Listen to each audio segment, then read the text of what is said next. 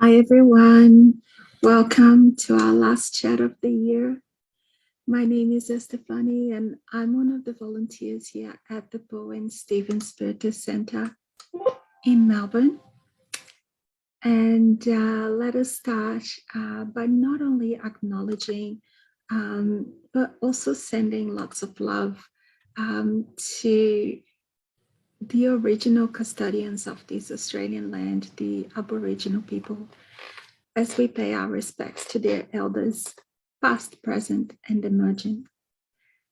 And as always, as we always do, making sure we're sitting comfortably, let's take a moment to tune in to the vibration of this activity. So we close our eyes, we take a deep breath in, we feel this breath filling up, not just our chest, but our bellies too, like babies do. Feel it as much as we can and then let it all out until we feel there's nothing left there. Then we take another deep breath in and we feel our muscles relaxing. We feel our minds becoming a little quieter. We breathe in as much as we can, feeling our chest, our belly, and then we breathe out, letting all the stress and the worries of every day leave with that air. Just leave our bodies. We don't need it for this moment. And we take one more deep breath, letting in a feeling of calm permeating through every cell of our body.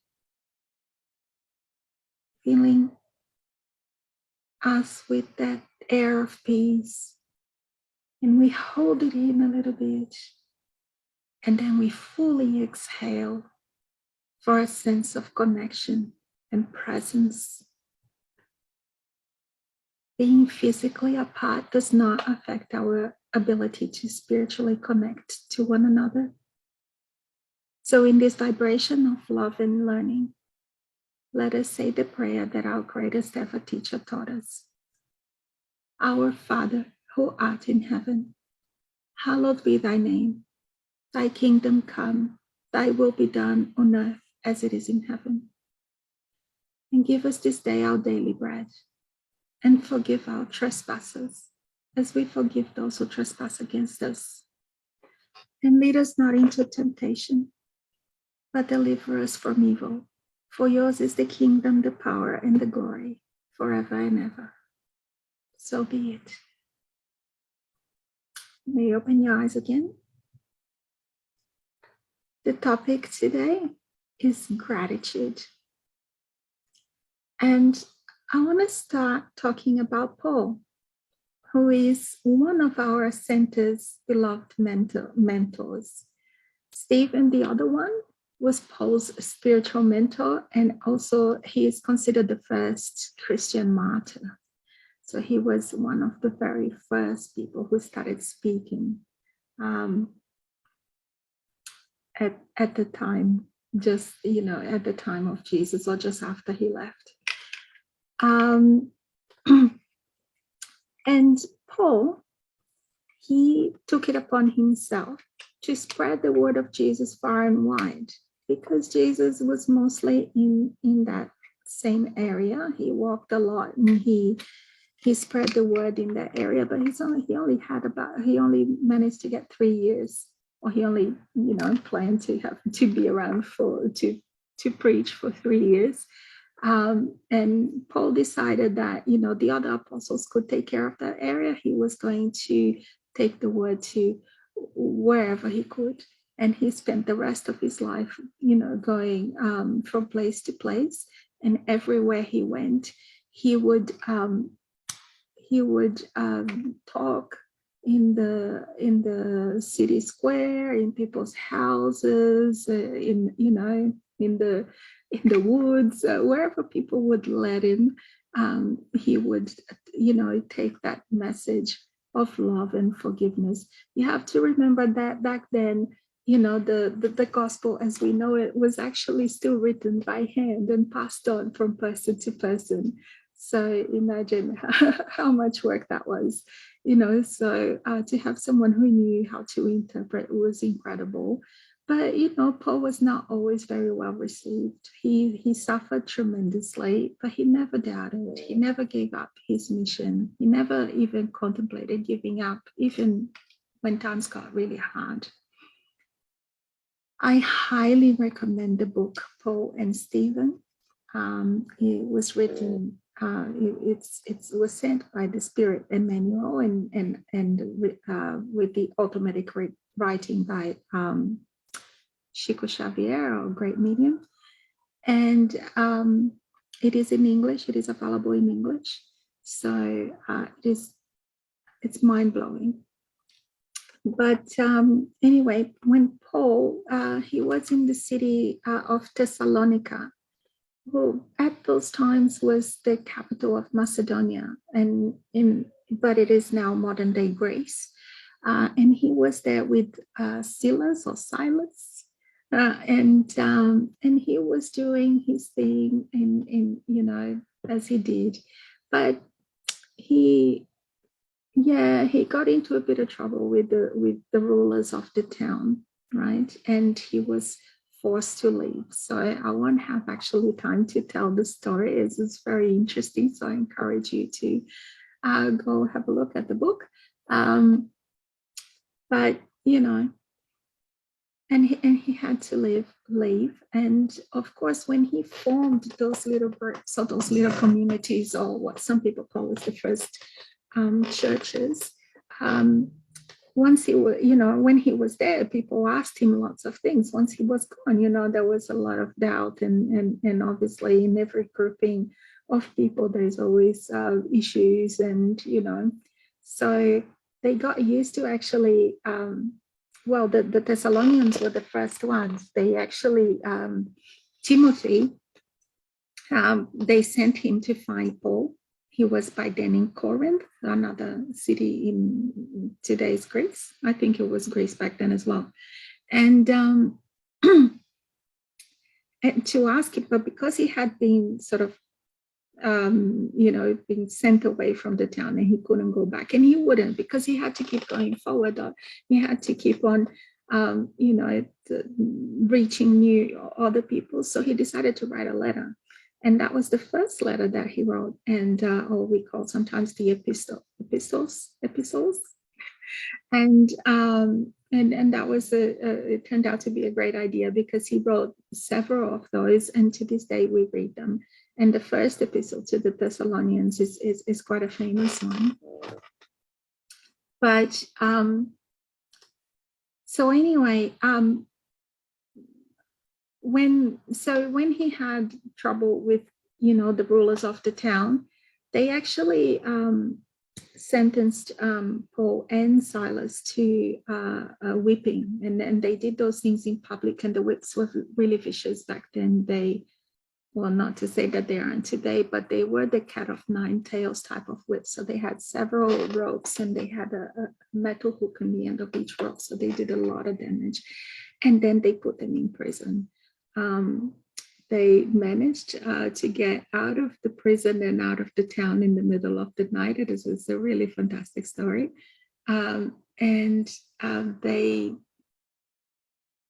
so they had to leave that way. And why do I tell this story?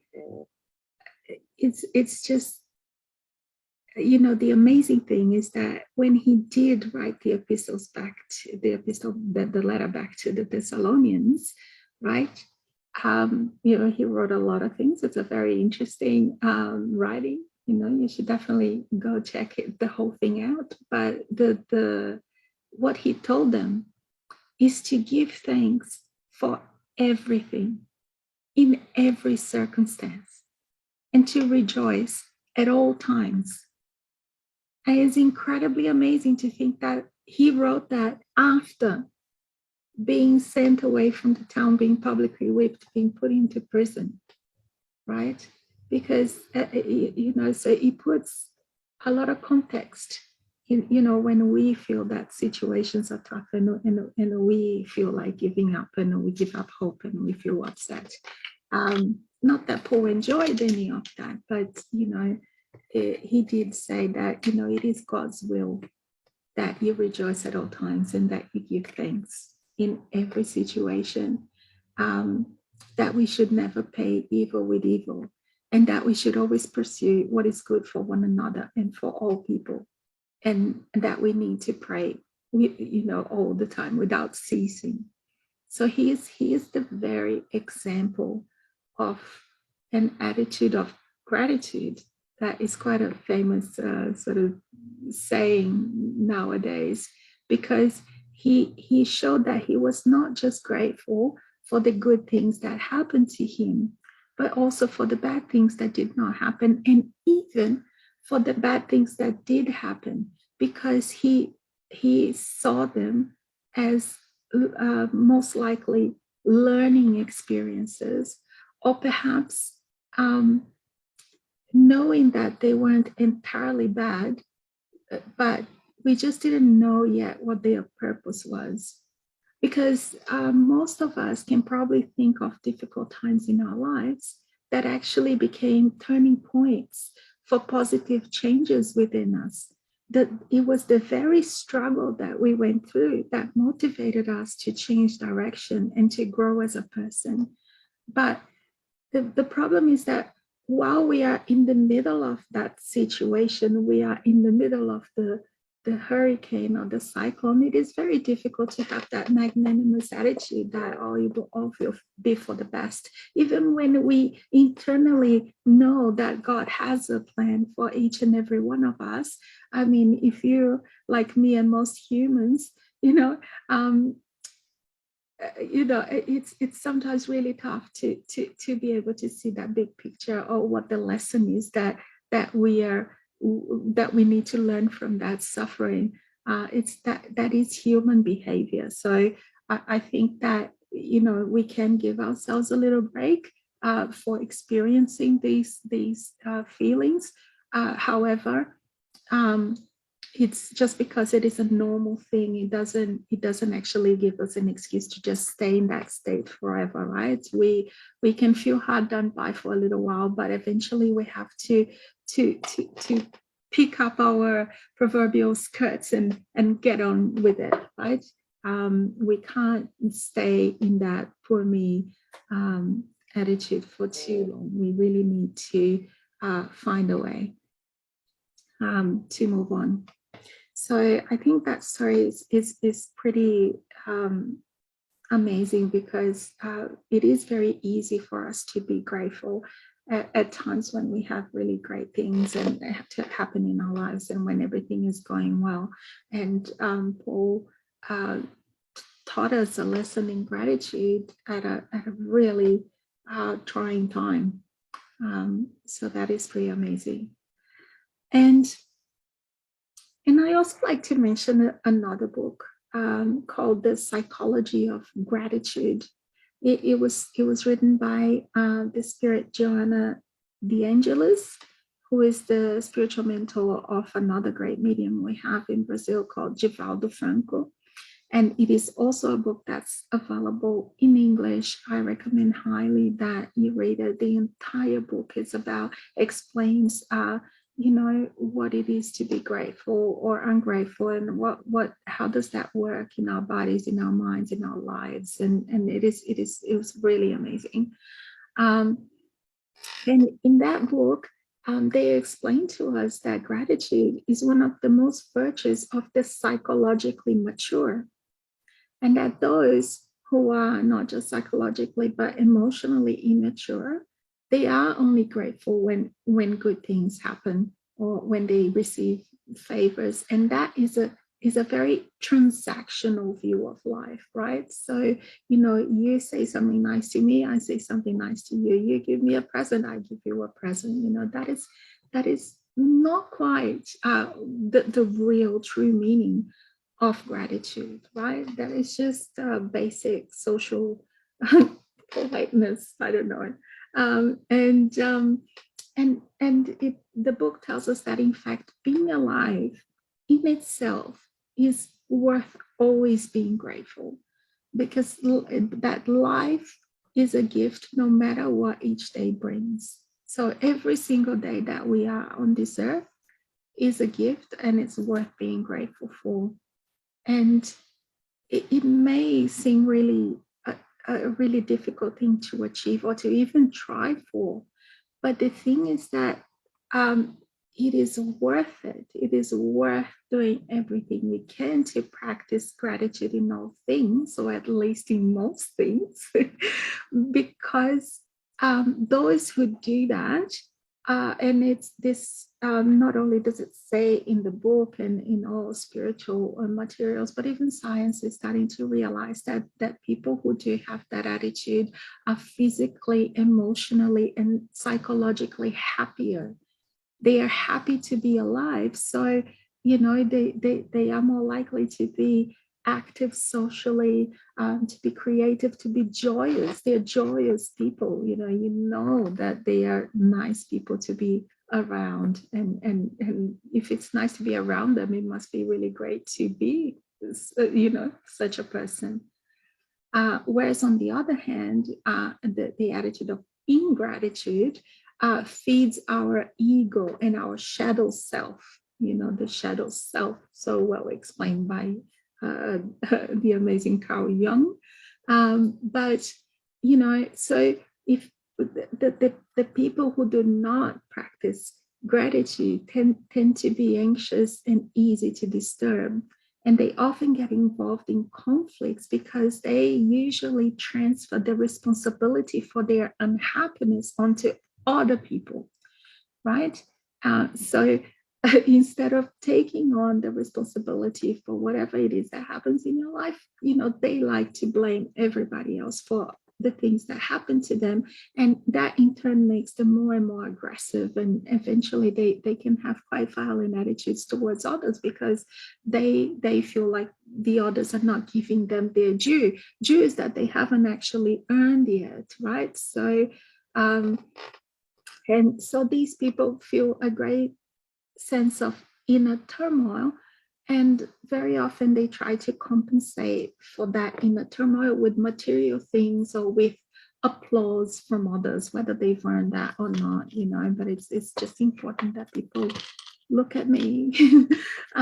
So, and yeah, so oftentimes they just want more and more and more, but don't really worry about becoming better in the process, right? So, as opposed to when you settle on a sense of or on a state of being grateful, when gratitude is a part of your being, then it actually, you are constantly growing, because that it produces feelings of happiness and feelings of peace, and you feel replete, and you don't need to receive anything back from anyone else, because the person that is grateful already feels blessed for everything and everyone in their lives, so they don't need, what do you call it, I forgot what the word is, uh, but they don't need other people to recognize them, or to reaffirm them, because they already um, are feeling, they already feel complete, they already feel at ease with themselves, and they're constantly growing. So they don't need other people to say that they're great. They already feel great, right? They don't need external reassurance. Reassurance is what I was thinking of. Um, Even though I'm sure it's always nice to get, but it is not necessary. Whereas when people are just working from, their shallow self, um, that is like, because they are not happy within themselves, they need that reassurance from external sources. So whereas someone who's grateful has all of that already inside them, they don't need it. Like, yeah, it might be nice to hear, but if people don't realize that is up to them. The person is already Doing fine. So yeah. So how do we do? What can we do to become more grateful? Um, it it very much will depend on where each person is on the scale of gratitude, right? But as I always and always and always say, it is a step-by-step process, right? So some people will have to start from the very beginning, which is to add gratitude to their morning prayer, or add a morning prayer if that's not happening. And a lot of people in their prayers ask for a lot of things, whether for themselves or for other people or both. And, instead of, or at least as well as, we need to start adding gratitude for anything, for the new day, for, the safe night, for all the blessings that we have in life, despite any miseries we are having to deal with. Um, and yeah, and like I was saying before, many people only remember to be grateful in the big moments of life, when you get a promotion, or you pass a test, or you have a child, or like all of those things, you buy a house, you meet someone. But it only takes a paper cut or a blister at the bottom of your foot, or for some organ you never knew existed to start malfunctioning inside your body, for you to realize the enormity of things that we have to be grateful for, all the things that are working in our favor at every moment of every day and that we take for granted. Um, so there's a lot of people who practice writing gratitude journals. They are really a simple exercise. Some people just, say, think each day of 3 things they were grateful for, or you can expand that to say, why you were grateful for these things. You can expand it even further. You can think of ways that you could make sure that you have more of that in your life, or that you always have that in your life. Um, there are many people who do these gratitude exercises in groups. Usually they are an exercise that goes for 21 days or 28 days. And why the number of days? The reason for that is to actually to give you time to create a habit, right? And to give you a chance to actually notice some changes, because it's not, just because you write it today, once a week or 2-3 days, and then not again. I mean, it's unlikely to make changes. But once you've done that for a little while, the idea is to either continue to do that if you like writing. Some people, we don't like writing, so but it might be that you've assimilated the concept so much that you can do it in your mind, you can do it through prayer, you can do it through life in every situation. Most of us have lost the habit of saying grace before eating, but when you eat something really nice, or that really nurtures your body, I mean, it is so important to say thanks when we're having, I mean, it's summer in Melbourne, but it's really cold, and it is so important to be grateful that we have clothes to keep us warm, that we have a roof over our head, that for everything it is important to be grateful. So to include that, to get to a point where that becomes part of your routine, that you do notice things, you do notice things that to be grateful for, to say thank you for. Yeah, so the idea is to eventually live and have an attitude of gratitude, and whether it's in writing, in our thoughts, in our prayers, and above all in our behavior, in our actions. That's always, what the proof is, that's in the pudding, isn't it? So during this break, I encourage you to start a gratitude exercise, any gratitude exercise. Pick the one that resonates most with you, because that will be the one that will be easiest to keep up with. It's because the important thing, it doesn't matter which one that you do, but the important thing is to do it consistently and to do it from the heart. And to inspire you, I'm going to read out Divaldo Franco's gratitude prayer, which was taught to him by the spirit Amelia Rodriguez. And he actually says it at the end of each one of his talks. It is in Portuguese and it is quite long, so I've kind of translated and amended, so it's not his exact prayer. It's a little adaptation, but it gives us an idea of how many things we've got to be grateful for at all times. And that will be our prayer for today. So I'd like you to again make sure that you are sitting quite comfortably and that you close your eyes if that's okay with you. Take another deep breath and let the vibrations of the words move through you. So the gratitude prayer. Thank you, God, for everything you give to me. Thank you for the air. Thank you for the bread. Thank you for the peace. Thank you for the beauty my eyes can see in nature, for the blue skies, the green earth, the colorful flowers. Thank you for being able to see. And I pray for those who cannot see in this life, knowing that in another life they will be able to see.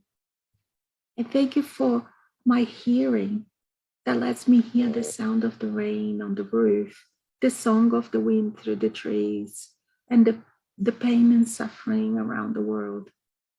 For being able to hear the music of the people and that of the spirits, which when you hear once, you can never again forget. And I pray for those who cannot hear, knowing that in your kingdom of love, they shall hear again.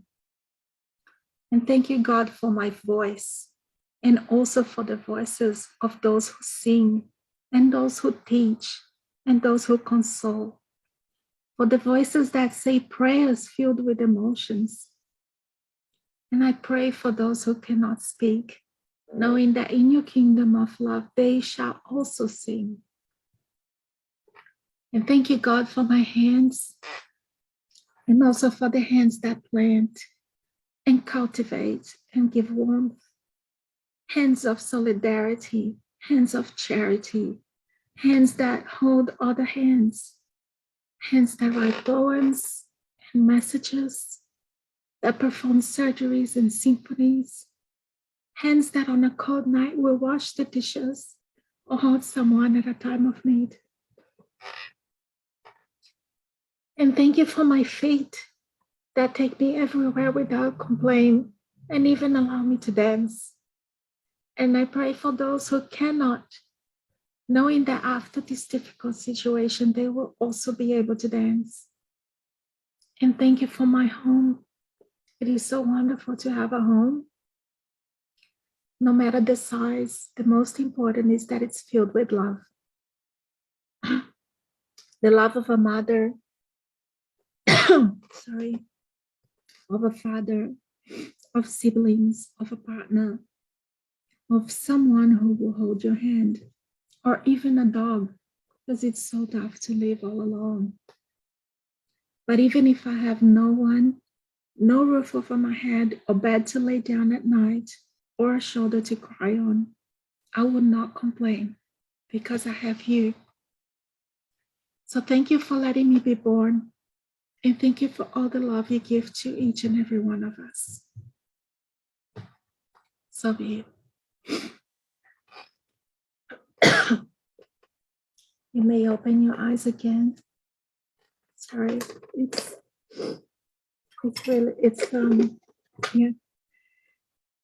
a really beautiful prayer. Thank you. I'd like to thank you so much for your presence today and also all through the year. And to say that I'm really grateful for everyone who watched, everyone who sent comments and messages, and also for the ones who didn't, and for the ones who maybe didn't like the way the message was delivered, but took it upon themselves to go and research and create a better version of it for themselves. This is not an easy exercise that we do, but we do it with love hoping that we will stimulate people's minds and hearts and into thinking and looking into these topics that perhaps are not top of mind in our busy everyday lives. And I'd like to wish you a wonderful rest of the year. I hope that you can all rest and enjoy yourselves, that you can be grateful, that we can all be grateful for the times that we live in, no matter how challenging they are, and that we can now introduce a little bit more gratitude to each and every moment of our lives. The Bo and Stephen Spirit Center will be back on Saturday, the 5th of February. So, but please check the socials to make sure that, that the date doesn't change. And we also have a get together tomorrow, Saturday and Sunday, the 12th of December. So if you're in Melbourne, by all means, come and say hello. We'll be at the Port Melbourne's Garden City Reserve from 11 a.m. onwards. And I know it's a very busy time of the year, and it may be a little bit tougher to keep up with our routines, but it's very important to maintain our prayer habit, the gospel at home. Even though we're not having these chats at the regular scheduled time, they're all recorded and saved for you. So if there's any you missed or that you haven't, you can't remember anymore, or that you really liked, go and have another look. And the books as well today, Psychology of Gratitude and Paul and Stephen, they're very good. But for yourself, just try your best to not let go of everything in the middle of the festive season. And that's it for me. So take care. Much love. Bye.